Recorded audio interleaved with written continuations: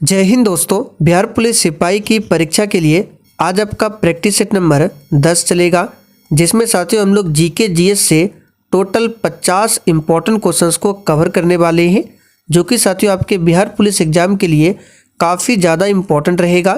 तो साथियों आप सभी पूरा सेशन को ध्यान से देखिए और आज के इस 50 क्वेश्चन में आप कितने क्वेश्चन के सही से आंसर कर पाते हैं, सेशन के लास्ट में आपको कमेंट करके बताना है। तो चलिए फ्रेंड्स, रात के 8 बज चुके हैं, फटाफट से आप सभी लाइव में जुड़ जाइए। सभी को गुड इवनिंग, गुड इवनिंग। तो देखिए साथियों, पहला क्वेश्चन आपके सामने है, प्रथम औद्योगिक नीति कब लागू किया गया था। वेरी वेरी इंपॉर्टेंट क्वेश्चन है। चलिए आप सभी आंसर बताइए, प्रथम औद्योगिक नीति कब लागू किया गया था।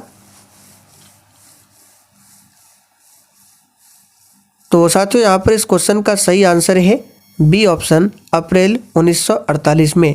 ध्यान रखना है, काफ़ी ज़्यादा इंपॉर्टेंट क्वेश्चन है। प्रथम औद्योगिक नीति अप्रैल 1948 में लागू किया गया था और स्वतंत्रता के बाद पूछे तो द्वितीय औद्योगिक नीति की घोषणा हुई थी 1956 में। तो दोनों को ध्यान रखना है, प्रथम पूछे 1948 में और दूसरा पूछे तो 1956 में। आगे देखिए, बिहार की आय में सर्वाधिक योगदान किसका होता है। चलिए क्वेश्चन नंबर 2 के लिए आप सभी आंसर बताइए और साथियों इस क्लास के साथ साथ आप लोग डेली शाम 7:30 बजे की क्लास को ज़रूर देखिए। ये क्लास भी एग्जाम के लिए काफ़ी ज़्यादा इम्पोर्टेंट है। ये क्लास आपको मेरे दूसरे चैनल पर मिल जाएगा। उस चैनल का नाम है दिवाकर स्टडी IQ। इसका लिंक मैं डिस्क्रिप्शन बॉक्स में दे देता हूँ, आप लोग जाकर देख सकते हैं। नाम है दिवाकर स्टडी IQ। तो देखिए, बिहार की आय में सर्वाधिक जो योगदान होता है ये किसका होता है। तो यहाँ पर इस क्वेश्चन का आंसर हो जाएगा सेवा क्षेत्र का। सेवा क्षेत्र को तृतीयक क्षेत्र के नाम से भी जाना जाता है, याद रखिएगा। और भारत में पूछे सबसे अधिक जो आय है किससे प्राप्त होता है, तो सेवा क्षेत्र से ही प्राप्त होता है और सेवा क्षेत्र तृतीयक क्षेत्र के अंतर्गत आता है। हाड़ौती बोली कहाँ बोली जाती है।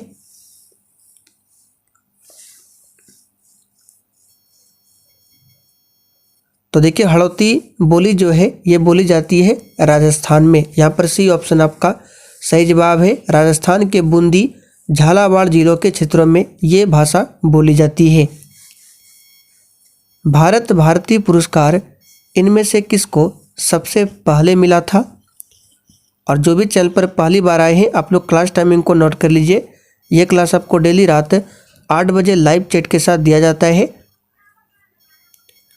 तो भारत भारती जो पुरस्कार है इनमें से किसको सबसे पहले दिया गया था। तो यहाँ पर इस क्वेश्चन का आंसर क्या हो जाएगा, याद रखिएगा, महादेवी वर्मा को।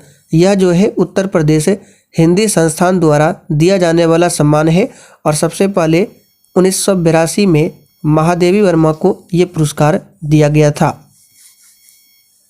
आंखें चार होना मुहावरे का अर्थ क्या है।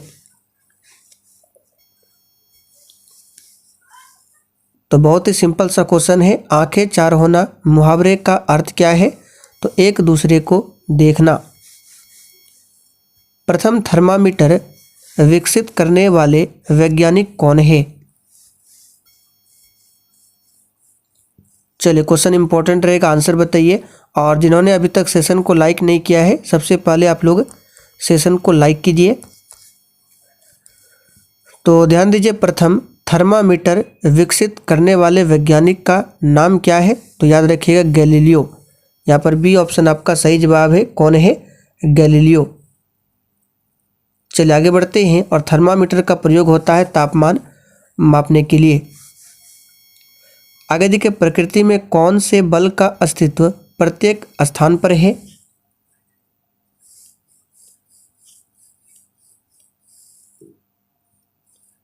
चलिए आंसर बताइए फटाफट से, प्रकृति में कौन से बल का अस्तित्व प्रत्येक स्थान पर है।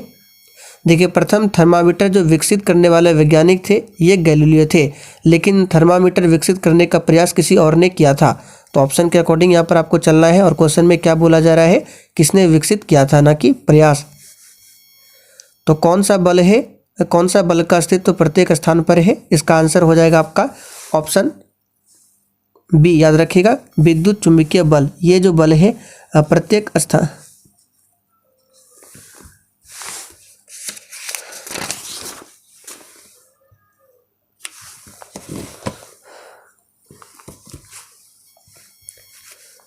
तो यहाँ पर इस क्वेश्चन का जो आंसर हो जाएगा ये हो जाएगा गुरुत्वाकर्षण बल।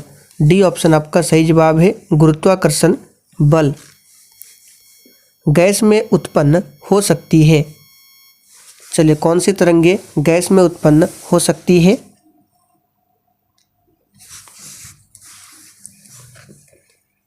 तो गैसों में केवल अनुदैर्घ्य तरंग उत्पन्न होता है। कौन सा? केवल अनुदैर्घ्य तरंग। यहाँ पर बी ऑप्शन आपका सही जवाब है। और ध्वनि तरंग जो है ये अनुदैर्घ्य तरंग का उदाहरण है। यहाँ पर बी ऑप्शन सही है। आवर्धन की इकाई क्या है?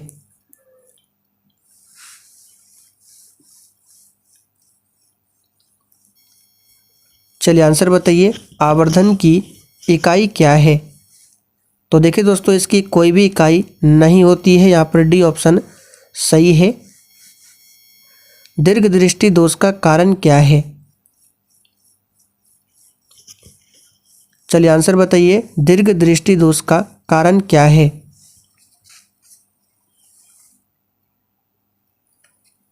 तो यहाँ पर इसका आंसर हो जाएगा रेटिना के बाद बनता है। क्या? तो देखिए, दीर्घ दृष्टि दोष के कारण जो है प्रतिबिंब रेटिना के बाद बनता है। तो दीर्घ दृष्टि दोष के कारण क्या होता है? प्रतिबिंब कहाँ पर बनता है? रेटिना के बाद बनता है। और इस दृष्टि दोष को हाइपरमेट्रोपिया भी कहा जाता है। और इस दोष के निवारण के लिए किस लेंस का प्रयोग किया जाता है? तो इसमें प्रयोग किया जाता है दीर्घ दृष्टि दोष में उत्तल लेंस का। किस लेंस का? उत्तल लेंस का। और निकट दृष्टि दोष में अवतल लेंस का प्रयोग किया जाता है।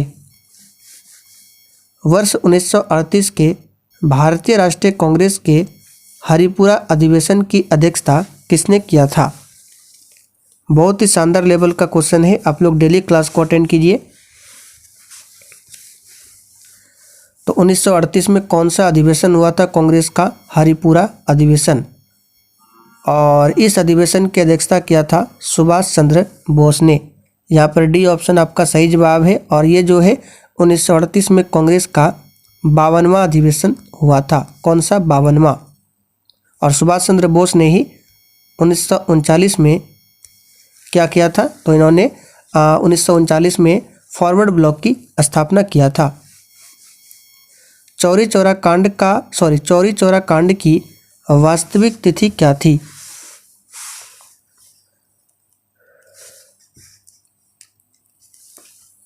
तो सिंपल सा क्वेश्चन है, 5 फरवरी 1922। ऑप्शन के अकॉर्डिंग चलना है। चौरी चौरा का जो वास्तविक तिथि पूछे तो 5 फरवरी 1922, 4 फरवरी नहीं होगा। आंसर क्या होगा? 5 फरवरी 1922। और इसी के कारण असहयोग आंदोलन को वापस लिया गया था। असहयोग आंदोलन को फरवरी 1922 में वापस लिया गया था इसी कांड के कारण।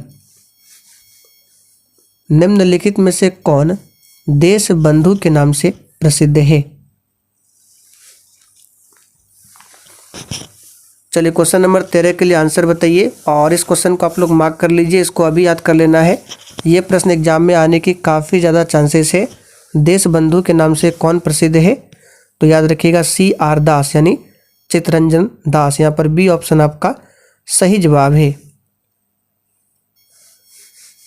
आगे देखिए, इस सिद्धांत का प्रतिपादन किसने किया था कि हड़प्पा सभ्यता के लोग शिव की पूजा करते थे?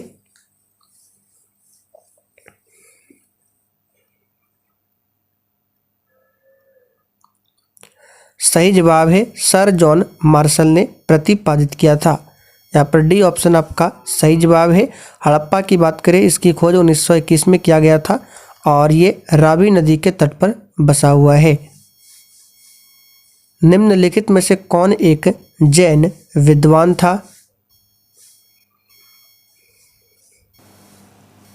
चलिए आंसर बताइए, निम्नलिखित में से कौन एक जैन विद्वान था?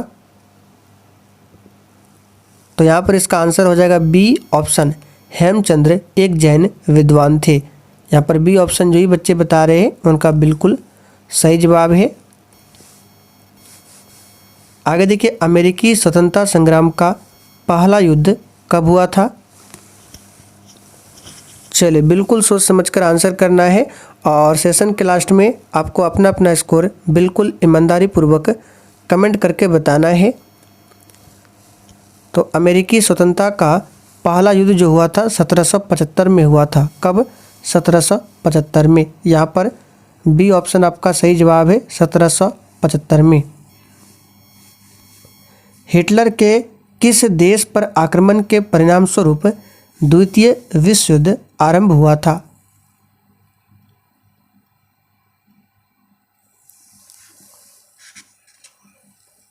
चलिए आंसर बताइए। हिटलर के किस देश पर आक्रमण के परिणाम स्वरूप द्वितीय विश्व युद्ध आरंभ हुआ था? तो याद रखिएगा पोलैंड। हिटलर के द्वारा पोलैंड देश पर आक्रमण के परिणाम स्वरूप द्वितीय विश्व युद्ध प्रारंभ हुआ था। याद रखिएगा हिटलर ने कब आक्रमण किया था? तो 1 सितंबर, यहाँ पे डेट लिख देते हैं, 1 सितंबर 1939 को पोलैंड पर आक्रमण किया और 3 दिसंबर को फ्रांस एवं ब्रिटेन ने युद्ध की घोषणा कर दी थी। याद रखिएगा किसके विरुद्ध? तो जर्मनी के विरुद्ध। द्वितीय विश्व युद्ध की शुरुआत 1939 में होती है और समाप्त हुआ था 1945 में। संयुक्त राष्ट्र किस सम्मेलन का परिणाम था? चलिए आंसर बताइए। संयुक्त राष्ट्र किस सम्मेलन का परिणाम था? सही जवाब है सैन फ्रांसिस्को सम्मेलन का। डी ऑप्शन यहाँ पर आपका सही जवाब है, सैन फ्रांसिस्को सम्मेलन का। संयुक्त राष्ट्र संघ की स्थापना पूछे 24 अक्टूबर 1945 को हुआ था। इसका हेडक्वार्टर कहाँ पर है? आप लोग थोड़ा सा कमेंट करके बताइए। संयुक्त राष्ट्र संघ यानी यूएनओ का हेडक्वार्टर कहाँ पर है? निम्नलिखित में से किस क्षेत्र से भूमध्य रेखा गुजरती है?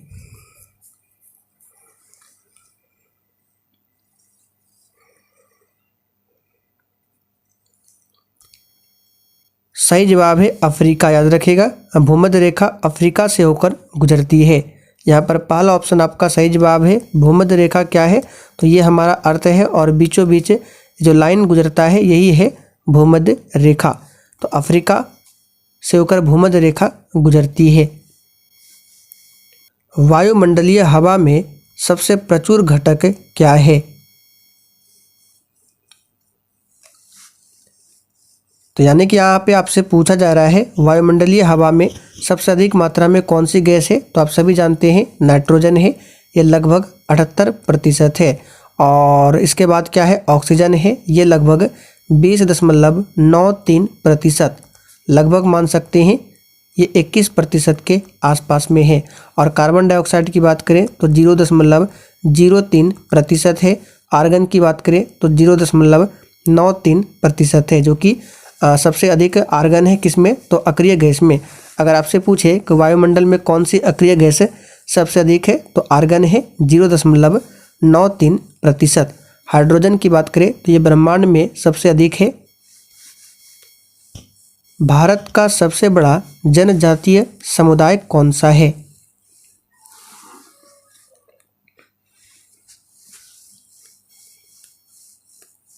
तो भारत का सबसे बड़ा जनजातीय समुदाय भील है। यहाँ पर पहला ऑप्शन आपका सही जवाब है। भील जनजाति राजस्थान, मध्य प्रदेश, महाराष्ट्र, छत्तीसगढ़, गुजरात आदि राज्यों में पाया जाता है। और भारत की दूसरी सबसे बड़ी आबादी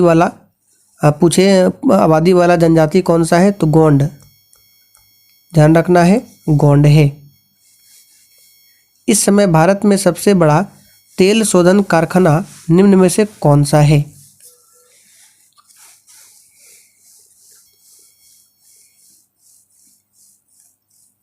सही आंसर है जामनगर। यहाँ पर पहला ऑप्शन आपका सही जवाब है। जामनगर का तेल शोधन कारखाना जो वर्तमान में भारत की सबसे बड़ी क्या है? तेल शोधन कारखाना है। ओजोन परत कहाँ पर पाई जाती है?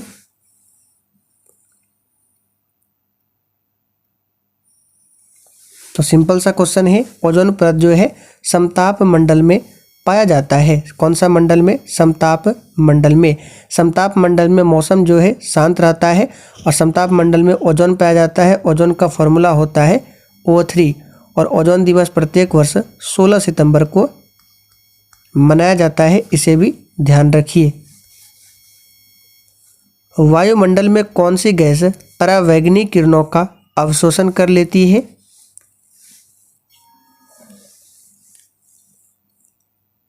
तो ये है ओजोन गैस। यहाँ पर पहला ऑप्शन आपका सही जवाब है, ओजोन। दिल्ली से मथुरा तथा वाराणसी होते हुए कोलकाता को कौन सा राष्ट्रीय राजमार्ग जोड़ता है? ध्यान दीजिए, दिल्ली से मथुरा तथा वाराणसी होते हुए कोलकाता को कौन सा राजमार्ग जोड़ता है, यानी NH। NH का मतलब होता है नेशनल हाईवे। तो ये जोड़ता है NH-19, NH-19, जो कि बी ऑप्शन में दिया गया है, याद रखिएगा।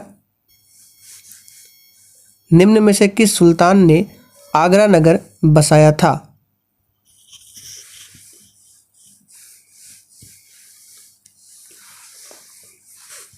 सिंपल सा क्वेश्चन है। सिकंदर लोदी ने 1504 में इन्होंने आगरा शहर की स्थापना किया था और 1506 में इन्होंने आगरा को अपनी राजधानी बनाया था।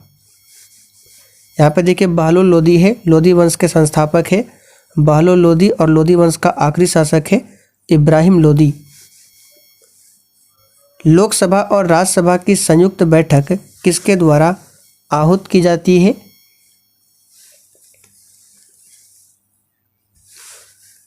चलिए 27 के लिए आंसर बताइए। लोकसभा और राज्यसभा की जो संयुक्त बैठक है किसके द्वारा, यहाँ पे पूछा गया, आहूत की जाती है? तो इसका सही जवाब है राष्ट्रपति के द्वारा। लेकिन इस बैठक की अध्यक्षता कौन करता है? तो लोकसभा का अध्यक्ष। और संयुक्त बैठक का जो प्रावधान है किस आर्टिकल में बताया गया है? तो आर्टिकल 108 में। भारत के संविधान का 73वां संशोधन अधिनियम 1992 के पारित किए जाने का कारण क्या था?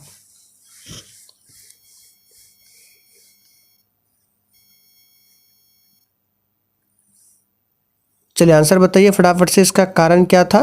तो इसका कारण है पंचायती राज को बल प्रदान करना। देखिए 73वां संशोधन जो है, इसके तहत पंचायती राज को संवैधानिक दर्जा मिला था। और पंचायती राज लागू करने वाला पहला राज्य पूछे तो राजस्थान है, यानी कि राजस्थान के नागौर से पंचायती राज स्टार्ट हुआ था। कब? तो 2 अक्टूबर 1959 से, ध्यान रखिएगा। और दूसरा राज्य पूछे लागू करने वाला तो आंध्र प्रदेश है। शब्द चौथी सत्ता का प्रयोग किसके लिए होता है?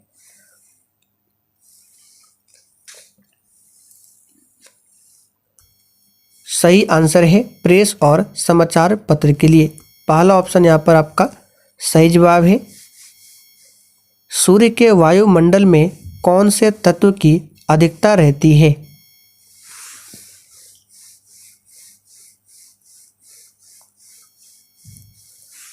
तो यहाँ पर 30 के लिए आंसर क्या हो जाएगा? तो याद रखिएगा हाइड्रोजन। सूर्य में मुख्य रूप से 2 गैसें हैं, एक है हाइड्रोजन, दूसरा है हीलियम। और इन दोनों में सबसे अधिक कौन है? तो हाइड्रोजन है, याद रखिएगा। ब्लीचिंग पाउडर का रासायनिक नाम क्या है?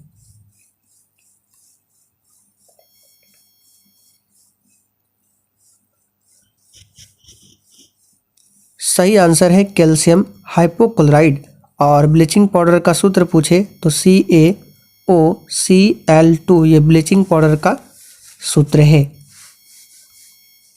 जल में कठोरता किसकी उपस्थिति के कारण आ जाती है? चलिए 32 के लिए आंसर कीजिए। और देखिए साथियों, जिन्होंने अभी तक सेशन को लाइक नहीं किया है, प्लीज़ आपसे रिक्वेस्ट है आप सभी सेशन को साथ में लाइक करते चलिए। तो जल में कठोरता जो है कैल्शियम तथा मैग्नीशियम के क्लोराइड तथा सल्फेट की उपस्थिति के कारण होता है। तो यहाँ पर सी ऑप्शन आपका सही जवाब है। उंगली के नाखून में विद्यमान प्रोटीन का नाम क्या है?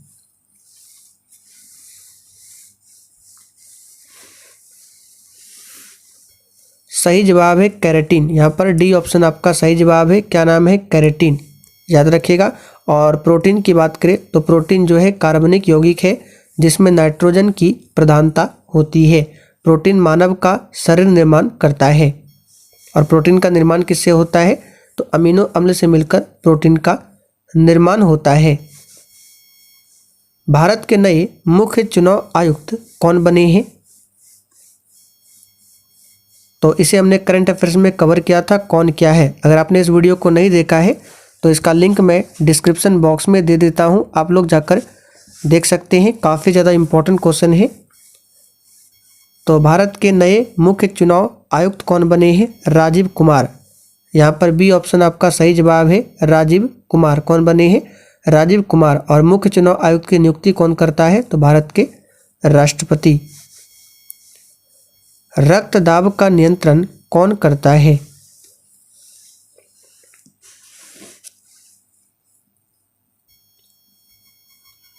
तो साथियों, रक्तदाब का नियंत्रण जो है अधिवृक्क ग्रंथि करता है, यानी एड्रिनल ग्रंथि करता है। यहाँ पर पहला ऑप्शन आपका सही जवाब है। और अधिवृक्क ग्रंथि से जो हार्मोन निकलता है उसे कहा जाता है लड़ो और उड़ो हार्मोन, यानी फाइट एंड फ्लाई हार्मोन कहा जाता है। और ये हार्मोन कहाँ से निकलता है? तो अधिवृक्क ग्रंथि से। बिहार में किस वर्ष तक एनीमिया के प्रसार में कमी लाने की घोषणा की गई है?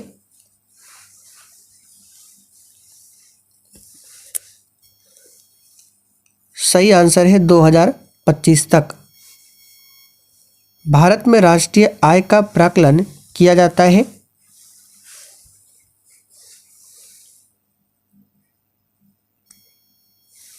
सही आंसर है राष्ट्रीय सांख्यिकी कार्यालय के द्वारा। विश्व की सबसे पहली महिला प्रधानमंत्री निम्नलिखित में से किस देश की थी? चलिए, स्टैटिक जीके का क्वेश्चन है, आंसर बताइए। विश्व की सबसे पहली महिला प्रधानमंत्री निम्नलिखित में से किस देश की थी?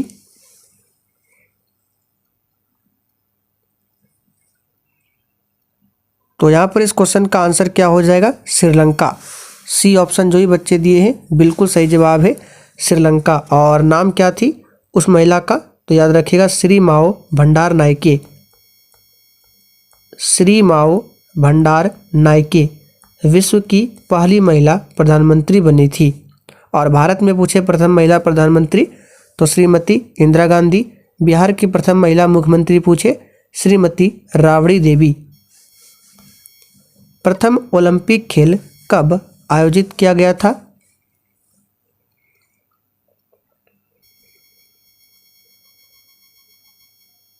देखिए, प्रथम ओलंपिक खेल जो है इसका आयोजन हुआ था 776 ईसा पूर्व में। लेकिन आधुनिक ओलंपिक खेल की शुरुआत पूछे तो ये 1896 में हुआ था। दोनों फैक्टों को याद रखिएगा। शतरंज देश का खेल शुरू हुआ था, यानी कि शतरंज जो है किस देश में शुरू हुआ था? तो सिंपल सा क्वेश्चन है, शतरंज की शुरुआत भारत से मानी जाती है। यहाँ पर पहला ऑप्शन आपका सही जवाब है। कभी कभी क्वेश्चन पूछा जाता है शतरंज में टोटल कितने वर्ग होते हैं? तो 64 वर्ग होते हैं। इस तरह से जो बॉक्स होता है ये कितना होता है? तो 64 होता है। म्यांमार की मुद्रा क्या है? चलिए, क्वेश्चन नंबर 41 के लिए आंसर कीजिए। और अगर आप लोगों ने इस वीडियो को नहीं देखा है तो इसे देख लीजिए। देश, राजधानी और मुद्रा से संबंधित ये वीडियो है। इसका भी लिंक आपको डिस्क्रिप्शन बॉक्स में मिल जाएगा, आप लोग जाकर देख सकते हैं। तो म्यांमार की मुद्रा क्या है? यहाँ पर 41 के लिए आंसर क्या हो जाएगा? क्यात। टका बांग्लादेश की मुद्रा का नाम है। खुले बाजार की क्रियाएं एक हिस्सा है।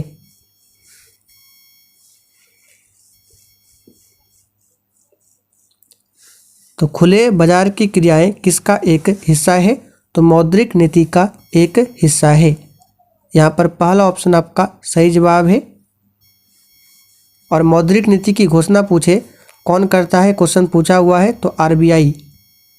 याद रखिएगा, मौद्रिक नीति की घोषणा जो है आरबीआई द्वारा शुरू किया जाता है।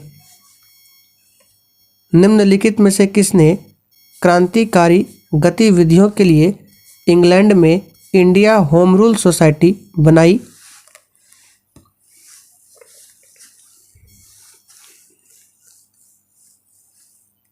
चलिए, इसका आंसर है श्यामजी कृष्ण वर्मा ने। यहाँ पर डी ऑप्शन आपका सही जवाब है।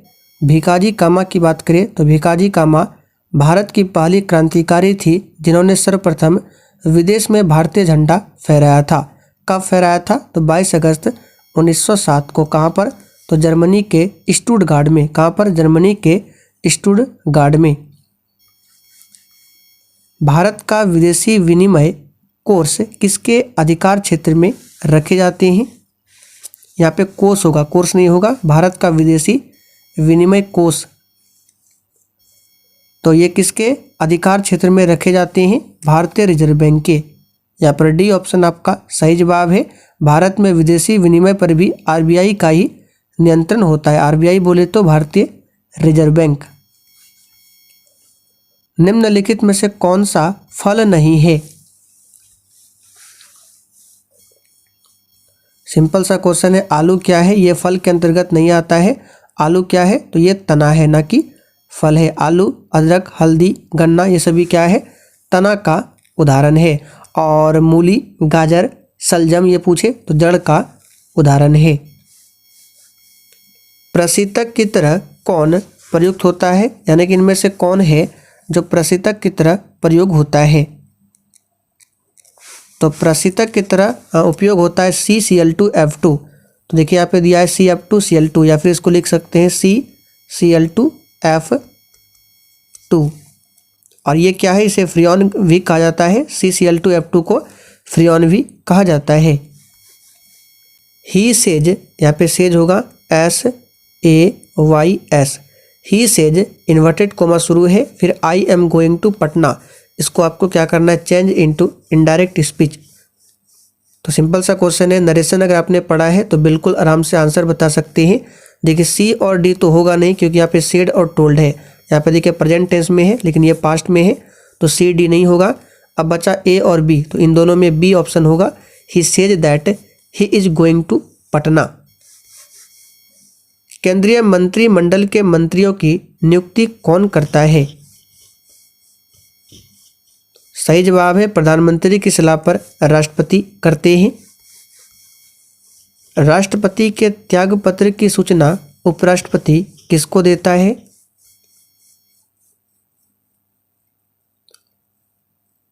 तो राष्ट्रपति के त्यागपत्र की सूचना जो है उपराष्ट्रपति किसको देता है?